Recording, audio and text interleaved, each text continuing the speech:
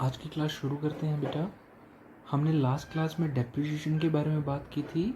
आज की क्लास में हम लोग एनएफआई के रिगार्डिंग बात करने वाले हैं और उसके कुछ कंपोनेंट्स की बात करने वाले हैं। कंपोनेंट्स बोलो या एलिमेंट बोलो, बात एक होती है। अक्सर ये टॉपिक एक क्वेश्चन आता है एग्जाम में, जिस क्वेश्चन को हम लोग बोलता है क्वेश्चन में कि define NFI and explain the components of NFI. ये पूरा क्वेश्चन आता है 4 मार्क्स में। सीबीएसई में बोर्ड में ये बहुत बारी आ चुका है ये क्वेश्चन, तो आज पूरे इसी क्वेश्चन को हम लोग डिस्कस करने वाले हैं। ऑलरेडी एक वीडियो अवेलेबल है एनएफआई के रिगार्डिंग, आप प्लेलिस्ट में जाके इसको देख सकते हैं। लेकिन उसमें सिर्फ हम लोगों ने एनएफआई के बारे में बात की थी, क्योंकि हमें न्यूमेरिकल के लिए एनएफआई को यूज़ करना था। आज हम उसके कंपोनेंट्स की भी डिटेल में बात करेंगे कि उसके कौन कौन से कंपोनेंट्स होते हैं। 4 मार्क्स का ये क्वेश्चन है, बोर्ड एग्जाम में बहुत ज़्यादा बारी आता है। देखिए, ऑलरेडी हम लोग एनएफआई की फुल फॉर्म जानते हैं, न्यूमेरिकल में हमने बार बार इसको देखा है।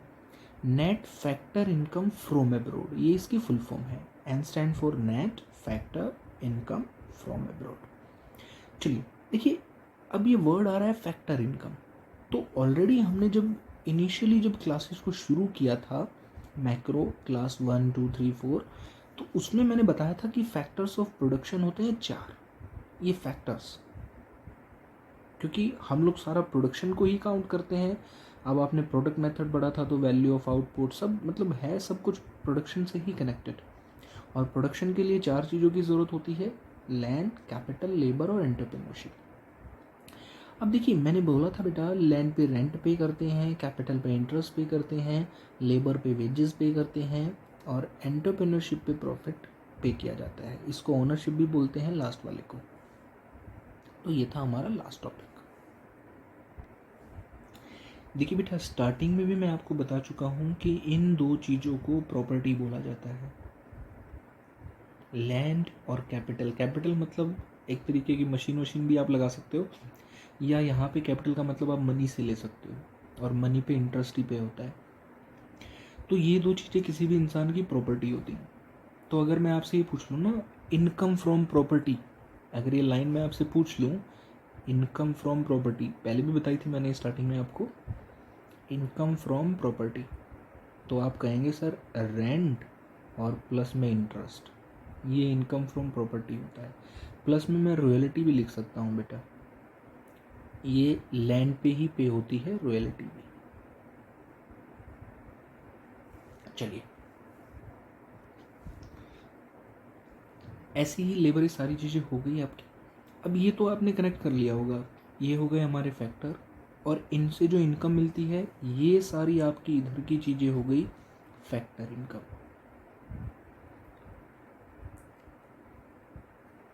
अगर बेसिकली अब आपको मैं ये कहूँ बेटा, किसी भी चीज़ के कंपोनेंट्स या एलिमेंट्स का मतलब होता है उसके पार्ट्स। तो फैक्टर इनकम, एनएफआई के पार्ट्स पूछ रहा है ना वो आपसे, तो एनएफआई मतलब फैक्टर इनकम, और फैक्टर इनकम के 4 पार्ट होते हैं: रेंट, इंटरेस्ट, वेजेस और प्रॉफिट। ये जो 4 पार्ट आप देख रहे हैं ना, यही कंपोनेंट्स हैं। लेकिन लिखना थोड़ा सा सिस्टम से है, बस यही समझना है आपको। अच्छा, अगर मैं इस वर्ड को हाइड कर लूँ, नेट को, अभी क्या नज़र आ रहा है? फैक्टर इनकम फ्रॉम अब्रोड, मतलब विदेशों से, फॉरेन कंट्रीज से हम लोग रेंट, इंटरेस्ट, वेजेस और प्रॉफिट अर्न करके लेके आए हैं। ये तो हो गया फैक्टर इनकम फ्रॉम अब्रोड, मतलब अर्न की है हमने। लेकिन ये नेट वर्ड क्या शो कर रहा है? ये शो कर रहा है कि बहुत सारी फैक्टर इनकम फॉरेन नेशंस के जो लोग हैं वो इंडिया से अर्न करके भी तो लेके गए हैं ना, मतलब factor income paid to abroad भी तो हुआ है ना। इसका मतलब अगर दोनों का डिफरेंस कर लिया जाए, मतलब NFIA, हमने फॉर्मूले में भी इसके बारे में बात की थी कि NFIA का फॉर्मूला क्या होता है: factor income received from abroad minus factor income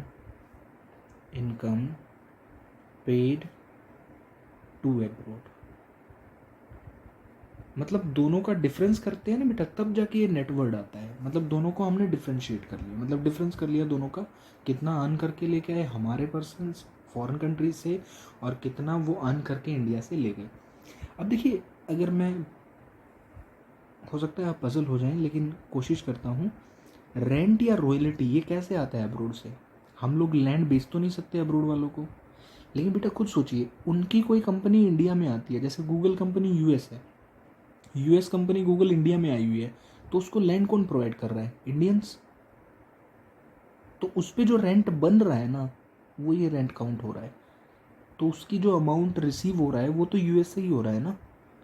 ऐसे ही वो इंडिया में आके मनी को यूज़ करते हैं या कुछ भी यूज़ करते हैं, तो ऐसी लेबर को यूज़ करते हैं, वेजेस, तो ये सारी चीज़ें ऐसे बोली जा रही है। और इंडियन कोई कंपनी अब्रोड में है तो वहाँ से वो प्रॉफिट अर्न करके लेके आ रही है। तो ये ज़रूरी नहीं है कि हर केस में ये रेंट, इंटरेस्ट, वेजेस, प्रॉफिट ये अर्न करने के लिए अब्रोड में जाना ही पड़ेगा और तभी अर्न होगी, तो ऐसा कुछ नहीं है। बस सिर्फ बात ये इतनी है बेटा कि ये अमाउंट हमें अब्रोड से रिसीव हो रहा है, चाहे कैसे भी करके हो रहा हो, और यहाँ से जो अमाउंट अब्रोड को पेड हो रहा है उसको बोलते हैं factor income paid to abroad. अब मैं कहूँ 1,00,000 रुपीज़ रिसीव हुआ,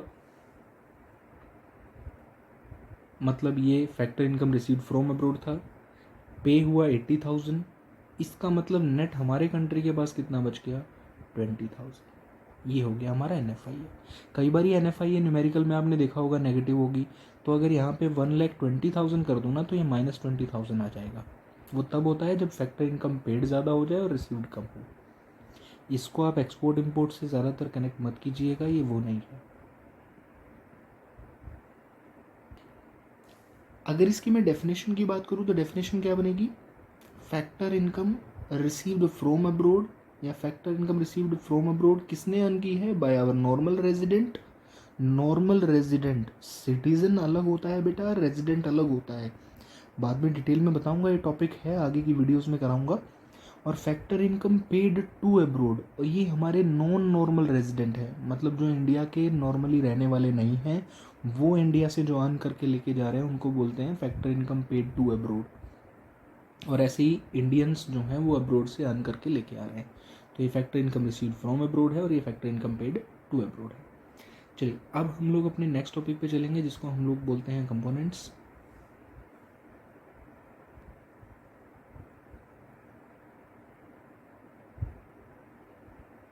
या हम इसको एलिमेंट्स भी बोल सकते हैं।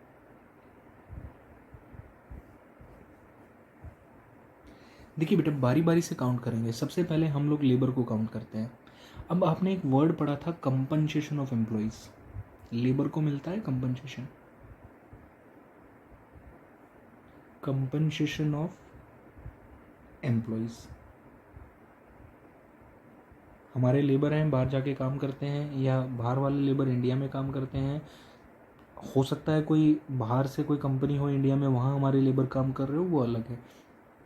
तो कंपनसेशन ऑफ एम्प्लॉयज़, तो कंपनसेशन ऑफ एम्प्लॉयज़ हमारे कंट्री वाले बाहर से अर्न करके लेके आते हैं और बाहर की कंट्री वाले इंडिया से अर्न करके लेके जाते हैं, इसीलिए इसके आगे भी आपको नेटवर्ड लिखना पड़ेगा। ये कंपनसेशन ऑफ एम्प्लॉयज़ वेजेस को काउंट कर रहा है और कुछ नहीं है। तो इसका मतलब भी दोनों चीज़ें हो गई।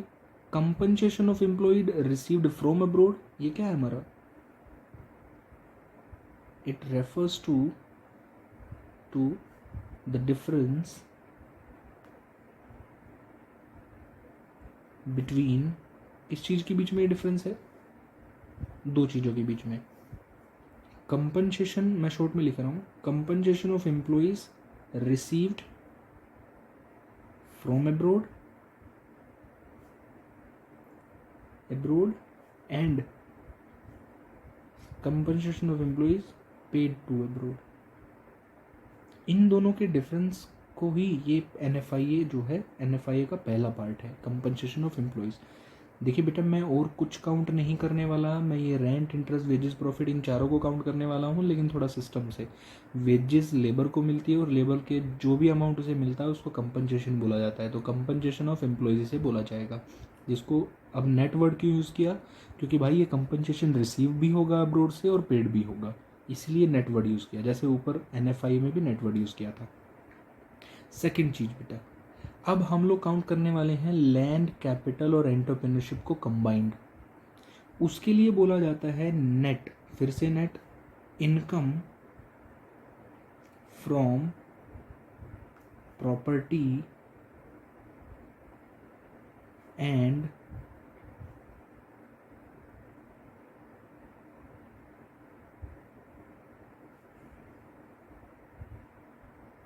एंटरप्रेन्योरशिप। अब इसका मतलब क्या है? प्रॉपर्टी दो चीज़ों को इंडिकेट कर रही है, लैंड एंड कैपिटल, और एंटरप्रेन्योरशिप तो अलग से है ही। अब बेटा यहाँ पे एक ट्विस्ट आता है, उस ट्विस्ट को समझना।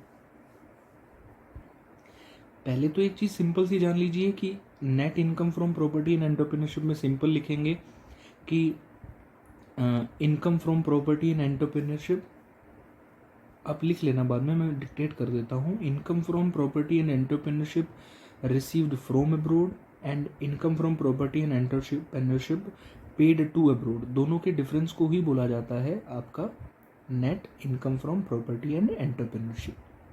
जैसे ऊपर डिफरेंस था ऐसे ही ये डिफरेंस है। अब ये समझना बेटा, प्रॉपर्टी में तो दो चीज़ें आ गई आपकी, एक तो लैंड आ गया और एक कैपिटल आ गई।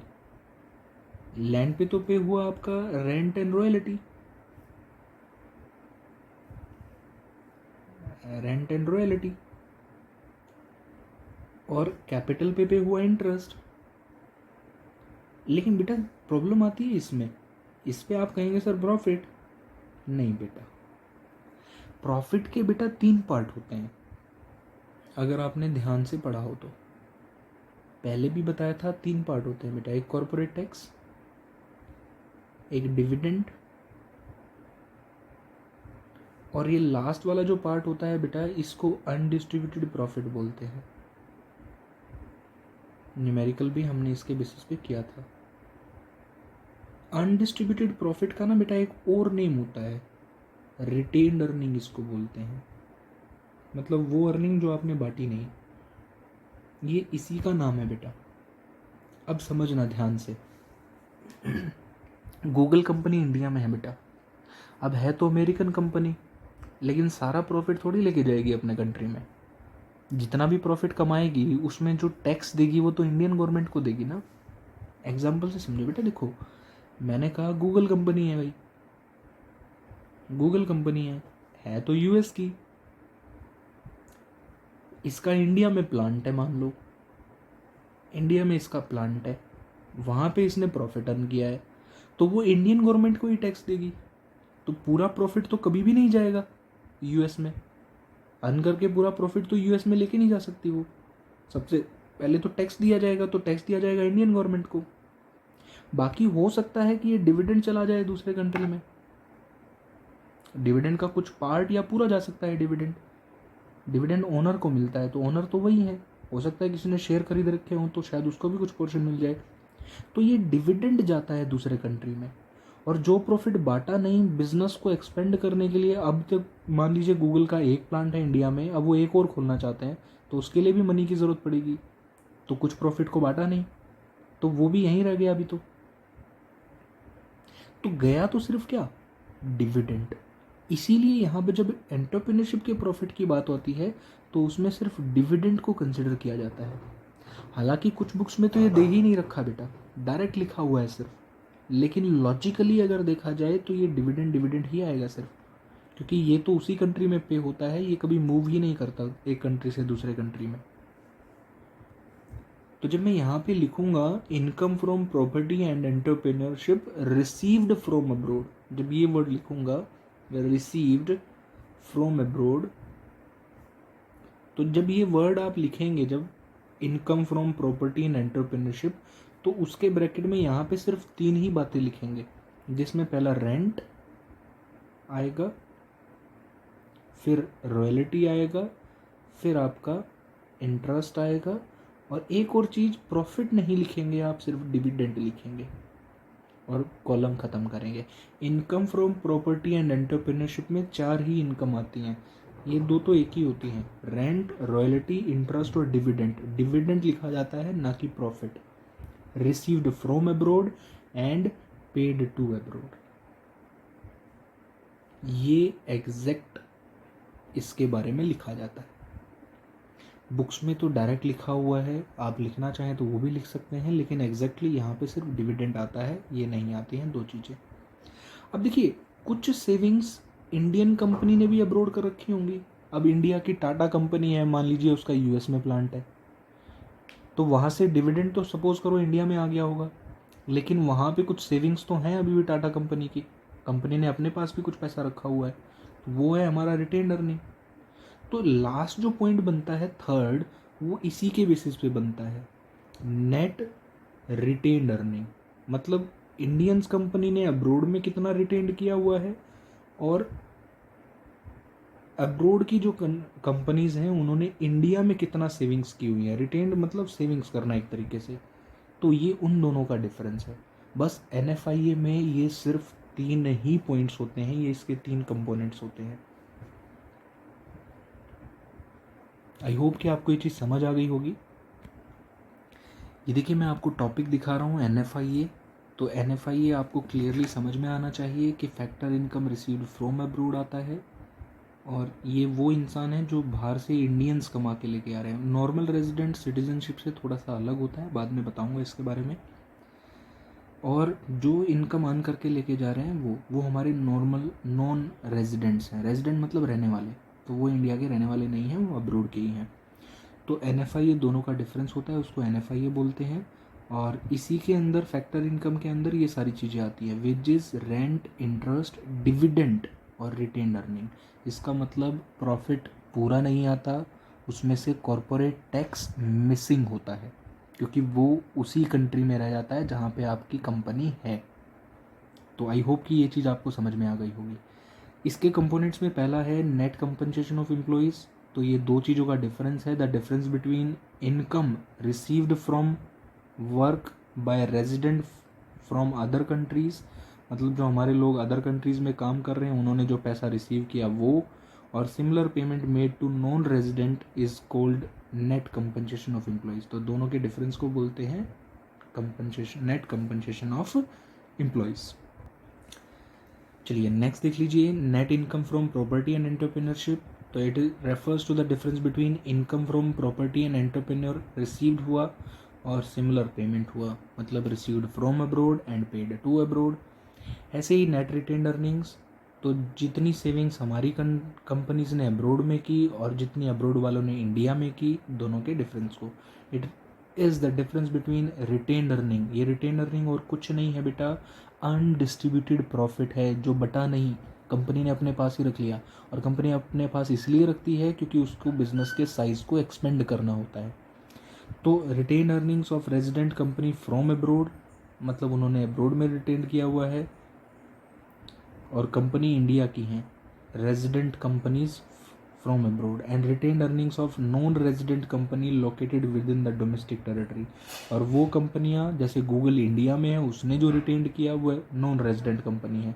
ऐसे ही हमारी कंपनीज अब्रोड में हैं, जैसे टाटा है यूएस में है, उसने जो अर्निंग्स की रिटेन्ड वो अर्निंग्स। तो ये सारा सिस्टम है। आई होप कि आपको ये चीज़ समझ आ गई होगी। सिग्निफिकेंस की अगर हम लोग बात करें, अगर इसी में देखें तो फैक्टर इनकम के जो सिग्निफिकेंस है वही मैंने बताया हुआ है बेटा, डोमेस्टिक इनकम को नेशनल इनकम में या नेशनल को डोमेस्टिक इनकम में कन्वर्ट करने के काम आता है। जैसे नेशनल इनकम निकालनी है तो डोमेस्टिक में NFI को ऐड कर दो, और डोमेस्टिक इनकम निकालनी है तो नेशनल इनकम में NFI को सब्ट्रैक्ट कर दो। लेकिन फिर मैंने ये रूल भी बताया था कि net factor income to abroad है तो रूल को अपोजिट कर दिया जाता है, वही चीज़ यहाँ पे एक्सप्लेन की हुई है। अब इसको पढ़ लीजिएगा। सो ये हमारा इतना ही टॉपिक है यहाँ पे। So thanks for watching.